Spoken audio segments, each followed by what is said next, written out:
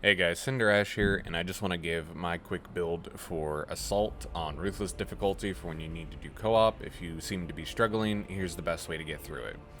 So starting off, we're going to be starting with Armor Reinforcement. Non-finisher gun strikes also restore armor, which means that anytime you do a gun strike, there's potential that you can headshot and then immediately headshot again to gain 2 armor stacks instead of 1. Next up, we're taking Auxiliary Arsenal for that secondary weapons damage increased by 15. That makes it so that you get that extra 15% damage on headshots or just in general, allowing you to do a lot of gun damage. I know this class is melee, but a lot of the benefits for this class actually come from doing gun strike damage, which is insane.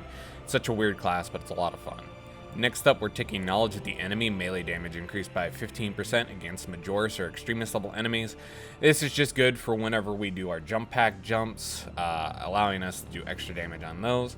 A lot of the times when we're using our melee, especially with whichever melee you decide going, I use Chainsaw. You can do very oriented combos such as the 2 lights into a heavy or 3 lights into a heavy for AoE damage. And this will do a lot of damage to those, so that way if you're ever clustered or if you have a lot of enemies around you in general, this will just do some extra damage to the Majoris and the Extremists, while also allowing you to just completely annihilate the Minoris enemies. For our team perk, we are taking Proven Efficiency. All squad members deal 50% more gun strike damage.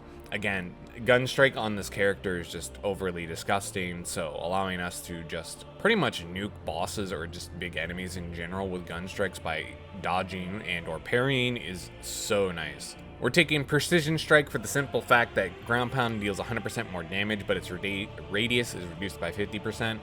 Because the radiuses in this game aren't that great in the first place anyway, and how much damage they do outside of that initial contact point is actually slowly degraded off, so the further away from the initial strike point you do less damage. It's not worth it, so it's better to be more precise, aka Precision Strike, than it is to just have an AoE build. This is great for when you need to focus on a Majoris enemy like a sniper, or if you need to get into the back lines to be able to help your team, or even need just to an escape and find somewhere else to go. This is better than the other ones. Maneuverability, jump pack recharges 20% faster, need I say more. It's just a better cooldown than the other 2 items on the list. For our last piece of gear, we're taking Diligence, a fully prepared ground strike. It deals 20% more damage, but preparation time is increased by 25%. You honestly can't tell the difference. Unless you have a sniper aiming at you, you can fully get your Diligence off every single time with taking minimal damage. And then coupling that with, of course, a Precision Strike, it's going to be dealing 120+% more damage, because I'm not sure if it stacks additive or multiplicative, so something to keep in mind, but it does still do pretty good damage, so it's better to keep it. Last but not least, for Signature, jump pack deals all damage when you leap, just because the other ones are kind of whatever. I mean, if you want more jump pack, that's fine, you can take the last one, but I personally would rather it just do what I wanted to do. Starting off, we're going to be using the Heavy Bolter. The Heavy Bolter is significantly better than the Bolt Pistol, because I keep trying to use the Bolt Pistol, but it's just, anytime I try to headshot Termagrunt, it always seems to fail, and I need 3 bullets to kill it. With the Heavy Bolter, I could just do 1 shot, 1 kill. Only reason I prefer it over. The perk trees are pretty similar, and none of them are really all that great or required. But I also use the Galthamore Crusade just because it has the most amount of damage, it has the highest accuracy. Compared to the Alpha, it has a lot more ammo, but I lose out on 3 accuracy, and that 3 accuracy is actually very important when you're doing a lot of hip fire, because that's how I like to use it. So we could go for spread, but it's not really all that important. I'd rather just go get that extra 10% of damage, especially after killing Majoris or Minoris enemies, or just anything in general. And because this also focuses on Tyranids, and I like to run Tyranids because it's the quickest missions, we're going to just be following this tree. The reason we don't take the recoil reduction is because accuracy is 9, it's almost fully capped, which means that having that extra 25% recoil reduction actually isn't going to do anything for us. Doing gun strikes instantly recoils our weapon, which is great because, again, we don't need that recoil, so we'll just take that. Headshots deal 10% more damage, and that's fine. We're going to ignore the magazine capacity upgrades because, again, we don't need them. As long as we get those headshots, we're just going to be dealing a ton of damage. And if we're ever low on health, we're going to be doing even more damage. And then because of the last one with the honed one, where we can just blind fire and hip fire and actually just hit heads perfectly, that's exactly what we're going to be end up doing. Next up is our chainsword. I have not got this one fully maxed out before I got this character to 25. Because I had a lot of trial and error with the other melee weapons because I wanted to see what was best. And I figured that the chainsword was the best because of how much strength damage it has, as well as just because of how defense works. Fencing gives you increased parry window time, so it allows you to just be a complete god on the field. Eventually, you do want to get the Aquarian there at the end, because it has, of course, fencing, and that's the only reason we take it. Because this is more or less a parry build for our guns as well as for our weapon. So even though we're losing a little bit of damage from the purple one for the gold one, it's still just better overall because of how fencing works. As you can see, looking here at the hammer, even the highest level hammer only does 12 damage, whereas the highest level chainsword does 15, which is absolutely insane that a chainsword is better than a hammer. And yet even the highest level fists are almost on par with the hammer, which makes no sense. Absolutely none. And the fists, they're alright, but I'm not a big fan of them. I tried them a little bit. I did not complete that mission just because I was getting absolutely slaughtered, and I can admit that I was probably doing terrible that run, but it is what it is. So from here on out, this is all just gameplay on Ruthless difficulty. I don't like to make cuts when I do build videos because I believe that things could be spliced together and it can look very shoddy and very shitty. So that's what I want to do. Ignore the fact that I accidentally started me on minimal. That is completely my bad. I was going through and grabbing data slates because I just wanted to get that achievement. I'm trying to 100% this game, and I had one left on mission 4. And if you are like me, you know that mission 4 is absolutely fucking atrocious. It's absolutely fucking terrible, and I hate fighting the Rubicon enemies in co-op. They just feel completely disgustingly busted, unlike in regular base game, even on Angel of Death. So now I'm going to change it back to Ruthless, and then we're going to stop on mission 2. Because again, mission 2 is one of the fastest and easiest to gain experience on, and it's full of Tyrannid, so as long as you build towards Tyrannid damage on anything that you decide to take, you'll do perfectly fine.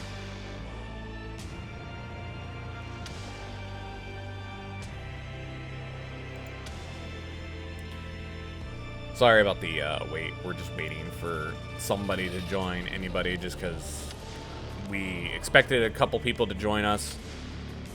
We were just reaching out in Discords. Anything to try and find people, because playing as 2 people isn't the absolute worst. It just kind of is boring.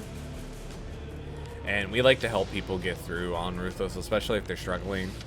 You'll sometimes come across people whenever you do random queues that they'll just hop in and have no absolute idea what they're doing. And it'll just be easier to carry them through than to have a bot. Especially because the bot's AI is really atrocious for some reason. If you ever played World War Z, the bot AI isn't the best in that game, but it's a hell of a lot better in this game. The bots will actually like stick by you. They'll do things that you want them to do. And in this game, especially in the campaign, my God, they will absolutely just run off. They'll do whatever the hell they want to do. They'll just kind of be a little bit annoying and try to become a one-man army. And it can be really, really tedious if there's like something that you don't have the ammo for, such as like a Zoan, depending on what classes you have on your team, to actually be able to take it down. So it's definitely not worth it to just stick around for that.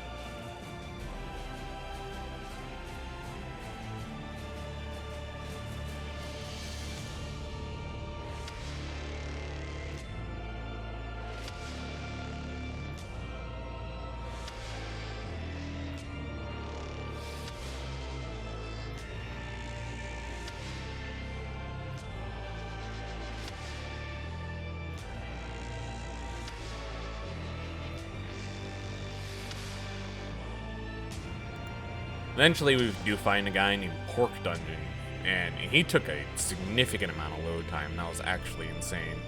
Alright, so now that he's here, if you happen to be listening to this part, and not skipping it like it says into the memo, we are good to go.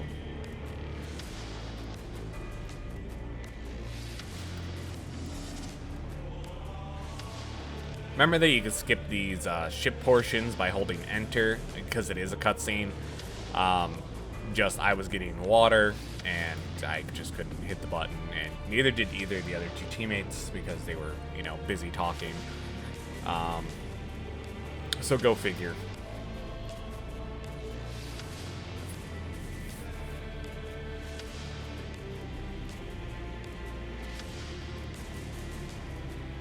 It's crazy how long these load screens are, considering I have a 4080 Ti, and I have basically what I would consider a top-of-the-line computer, and man, it takes forever. I can only imagine if anybody's like running below like minimum specs, or even like running at minimum specs for this game, like how long it takes them to actually load in. Finally got back from my water just as they start the skip process, and we're going to start off immediately. So you've all run this mission. Probably a couple of you have run this mission a handful of times just because you're trying to get all the achievements, or you're just trying to grab the data slates, or whatever have you. And it's a really straightforward mission. It's just you want to go to the bridge, take down the Hive Tyrant, and then when you figure out that fails, you have to go take it down personally one-on-one. So you want to immediately start hopping into fights the moment you can. You just want to do simple combos. Like I said, the 2 lights into a heavy especially is good for solo targets because it does the most amount of damage and it causes stagger. Allows you to go immediately into your executes, and you should take a majority of the executes because you're going to get shot at while you are focusing on any sort of enemy, and it's just easiest to pop them when you can and go forth. Now, because Pork right here is being a Vanguard and he has the Melt-A-Gun, he is going to significantly outclass us in damage, and that's just because the Melt-A-Gun is broken, and we just need to accept that as is. Anytime you can get a parry, as you can see, and get that headshot damage off, that's going to be more worth it than anything because you'll be able to get that armor back. We have 3 armor slots, but they do go through really quick. So just being able to get on top of enemies no matter where you can, focus out enemies, force in those melee fights, and then get those 2 executions like that, and boom, 2 armor back, and we've only taken a minimal amount of damage. Again, we're taking the executes. We don't want to let our teammates pop the heads because getting our armor back is the most important aspect.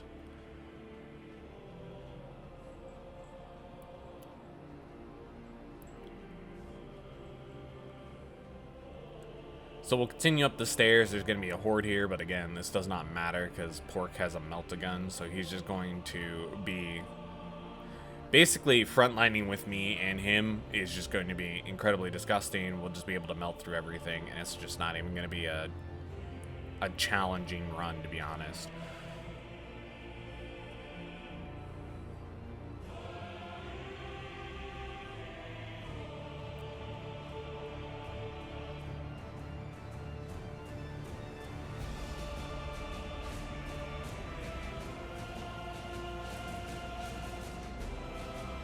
Again, more light combos into heavies to guarantee the execute as quickly as possible, as well as much stagger as you can. And then, of course, if you also happen to, you can just easily get down here to get a Gene Seed. Gene Seed is going to be excellent to just grab all the experience that you can. And then, of course, you just want to quickly confirm with your teammates on who wants to take it. Some classes are going to be better than others for holding on to the Gene Seed, just for the simple fact that there are classes that can go invisible, such as Sniper. Heavy can get all of its HP back through the Multi-Melta or even the Heavy Bolter. Same with Vanguard and Tactical, they can just get a lot of their health back through the Melt-A-Gun. So they're basically unkillable, to be honest, with the Melt-A-Gun. So I decided to take it just because I want to showcase that Assault, while people believe it is weak, it is not the absolute worst class. There are definitely downsides to every class, and there are upsides to every class. And Assault's upside is that it's not a very good melee class, but doing perfect parries and dodges and playing like a rogue, more so than playing like a berserker, I think is a good way to put it, will end up netting you more benefits than downsides, especially in missions like this, or any missions in general where you have to build towards a certain class, such as if you are going to be fighting Chaos Marines because you like fighting the Chaos Marines more. Then obviously you'll have to swap the build around here in this video for Chaos Marine item orientation, but for the most part it'll hold up well, especially against Tyranids.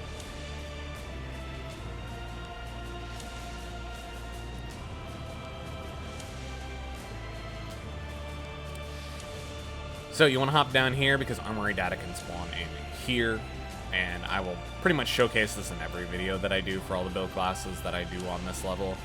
I just want to make sure you guys are maximizing your rewards and your efforts for the amount of time that you spend in these missions, because these missions can be anywhere from 15 to 30 minutes, depending on 1, your team composition, 2, individual player skill, and of course 3, and the most important one, if you have somebody with a melt-a-gun. I'm not kidding. Having the melt-a-gun honestly reduces the difficulty by a significant portion. It basically brings it down an entire 1 to 2 tier levels, because you are just taking out entire hordes in like 2 shots, and at max level the Malta can hold 11 shots. So it can absolutely just eradicate all the little enemies, so the only things left to fight are going to be the big ones, which again, as an assault, you'll be able to easily tear through and have absolutely no issues because they're paper towels. Now again, same here comes with this, I believe this is the Lichter, or Lichter, or however it's pronounced. Anytime that we can, we're just going to perfect parry that little bastard, because it's, you know, easy as hell to do. We could just boom, boom. See, couple heavies, and honestly just 2 gun strikes into a 3rd gun strike was enough to just kill it solo without teammates even actually shooting it, because gun strike is absolutely disgusting on a melee class. Go figure. So the fact that people think this class needs buffed is actually a little bit laughable. Assault's easily my favorite just because of the gun strike build. And I understand that the melee definitely needs a little bit more work, especially because I baseline believe that if you are taking the Thunderhammer, that thing should have like 20 damage on it. Especially if the chainsaw at max has like 15. Like, the relic version should have about 30. Should be about double because of just how powerful Thunderhammers are.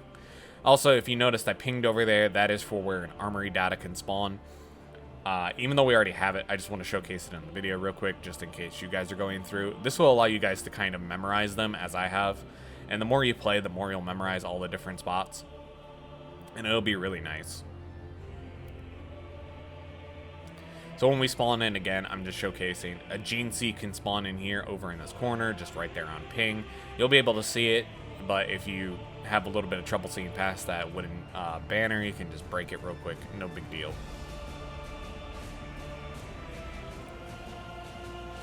So this begins the horde portion of the mission, where every mission has a horde force that comes after you at some point.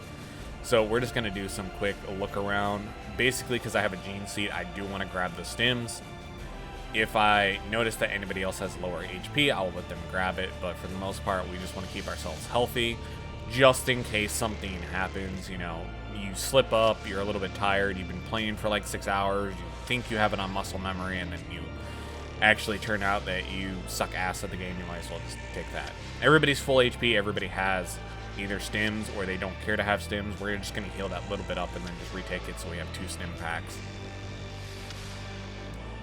Whenever somebody has a Gene Seed on your team, hopefully they're good enough that they don't need it. I'm still in the process of getting to the point where I could play pinpoint perfect every single match.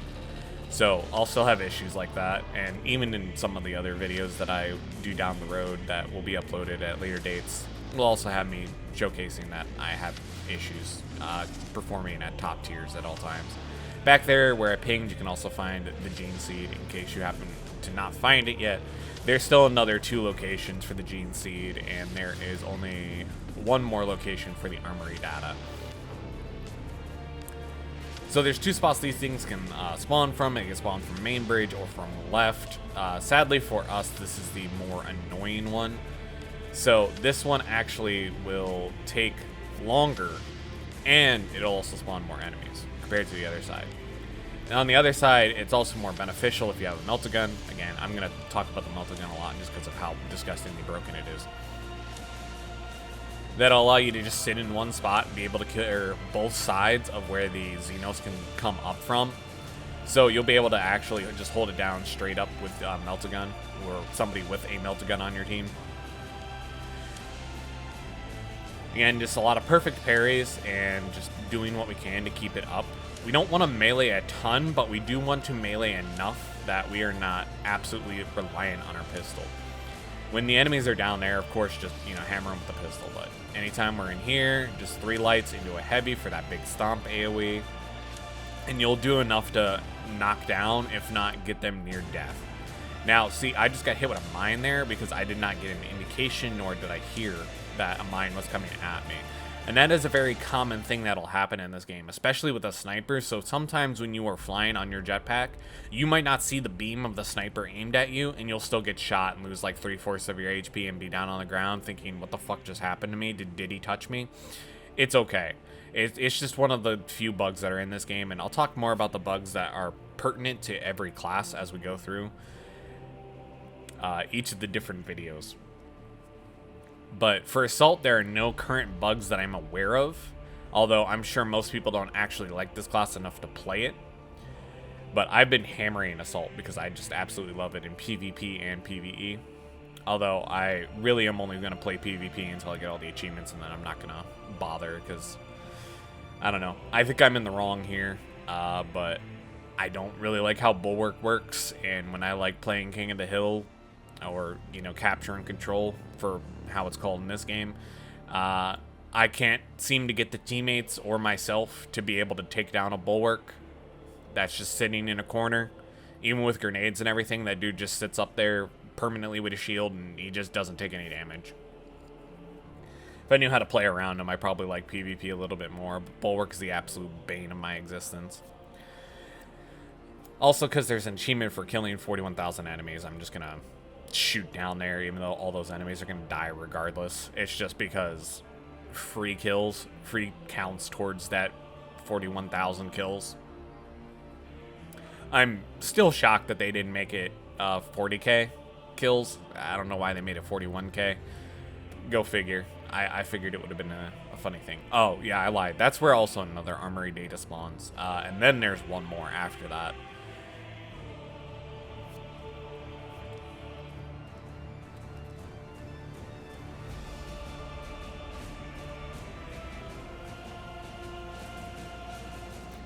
So right off this elevator right behind you in that spot that I just pinged is the second to last spot for the Gene Seed to spawn. And honestly, you would think that they would only make the Gene Seed spawn in the first half to kind of warrant you to carry it and have a high risk, high reward for it. But we're well over halfway through the mission, and there's still one more spawn spot right before the end where it can spawn. So I guess it's still high risk, high reward because you got to get it through the boss fight, but realistically, it's not that hard to get it through, especially on this mission.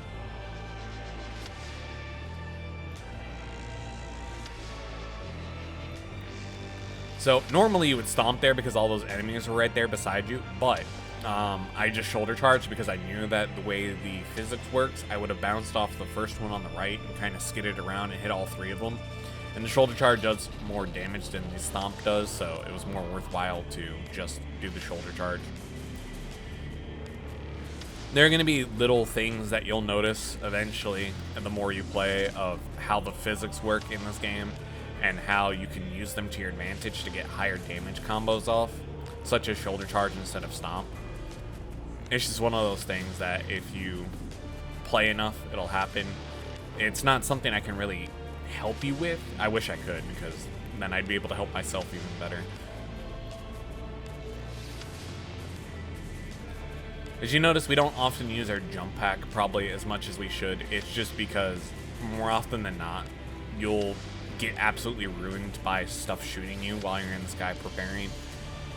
Also, if you see over there behind that wolf's wool to the right, that's where a gene seed could spawn. I didn't ping it because I did not learn that until 2 days after I made this video. And I didn't want to go through and remake the video just to tag it and show you guys where it's at. But just know that right there where I said it is spawn in a new one.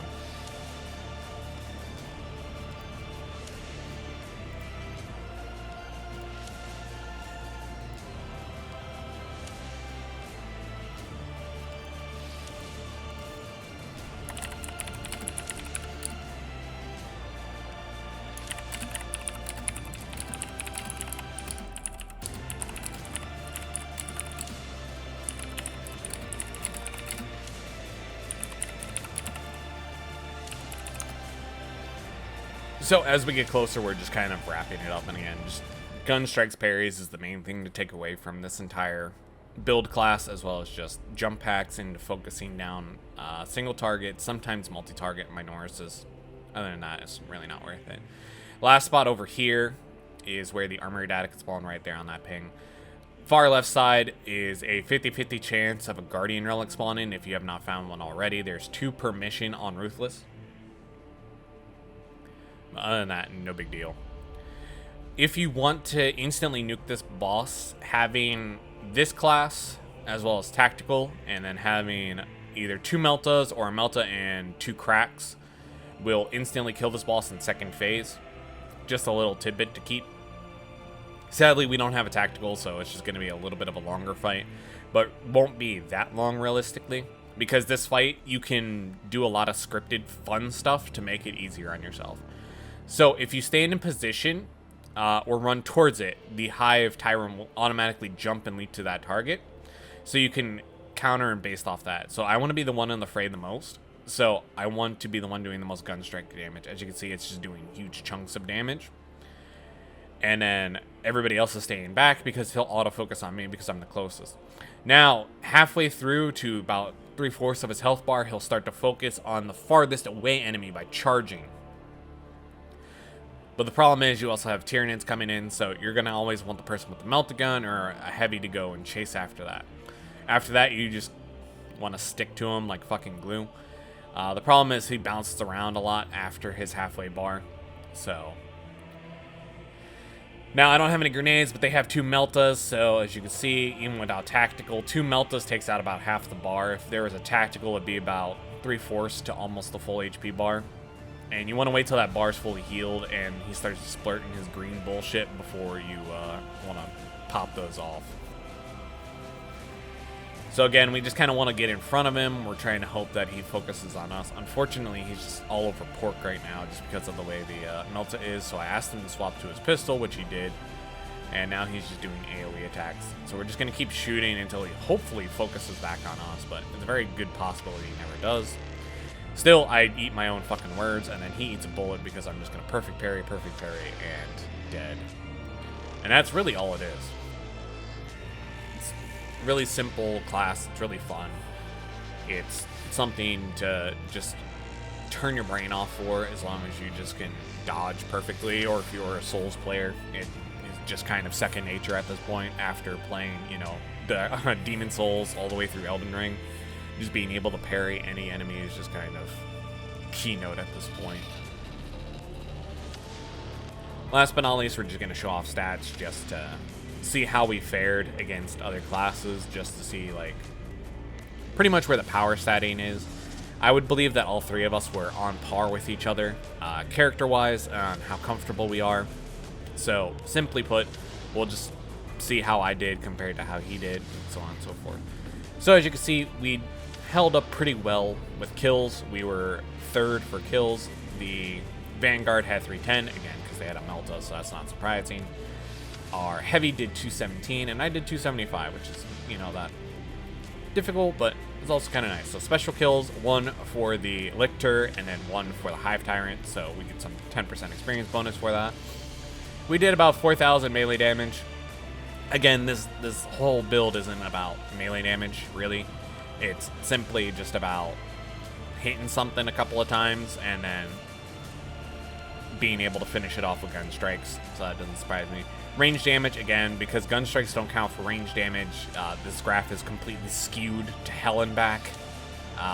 Especially because, 1, Melta, and then 2, Heavy Bolter, which is, you know, the best weapon in the game for the heavy class. No surprise there. Items found, all you have to do is just simply ping shit, and you'll get an extra 10%. Most people don't ping shit, so it's just kind of free 10 experience for me. And that 10 experience does add up, especially when you need like 1,800 per level, and you're getting, you know, almost 2,500 per level. Makes it go significantly faster, trying to speed run through these levels. Damage taken, pretty even across the board. I lost by 1 point, so I took 3rd. Otherwise, Vanguard only had 106, which, you know, is 6 less damage, which is really nothing to scoff at. Incapacitations, of course, none of us went down, and nobody needed a revive, so pretty good across the board. So that'll be it for this build video. I hope you guys enjoyed. If you liked this video and you want more build guides in the future for Space Marines 2 and they release new classes, or for ones that I'm doing currently, which is the other 5, just drop a like, sub, subscribe, and I'll catch you guys on the next one. Bye, guys.